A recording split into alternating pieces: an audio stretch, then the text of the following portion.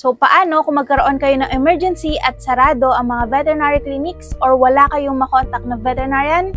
Ito ang first thing na pwede nyong gawin sa inyo. Hi, I'm Dr. Rox TV. You can call me Doc Rox and I'm your veterinarian. Nakakain ng dark chocolate, grapes, raisin, chocolate cake, ang pinakauna nyong gagawin ay i-attempt na pasukahin sila. Ang pinaka-safe lang na pwede nyong gamitin sa inyong mga alaga ay ang 3% hydrogen peroxide. Dapat meron na kayo on hand agad-agad sa inyong mga bahay. That's why isama nyo na yan sa inyong grocery list dahil pwedeng masave ang inyong mga alaga. Ang pinaka-standard dose ay 5 ml or 1 teaspoon per 10 pounds of body weight or per 0.45 kilos of body weight. Of course, kailangan alam niyo yung weight ng inyong alaga para ma-compute niyo na immediately. Kuhanin niyo sila sa syringe, then direct niyo ibigay sa bibig ng inyong alaga para pasukahin sila. Usually, within 10 minutes after niyo ibigay yung peroxide na yan, magsusuka na ang inyong alaga. Pero kung hindi magsuka after 10 minutes, pwede niyo ulitin with the same dosage, then wait for another 10 minutes. At kung hindi pa rin magsuka ang inyong alaga, then kailangan niyo nang maghanap ng open na veterinary clinic dahil emergency situation na yan,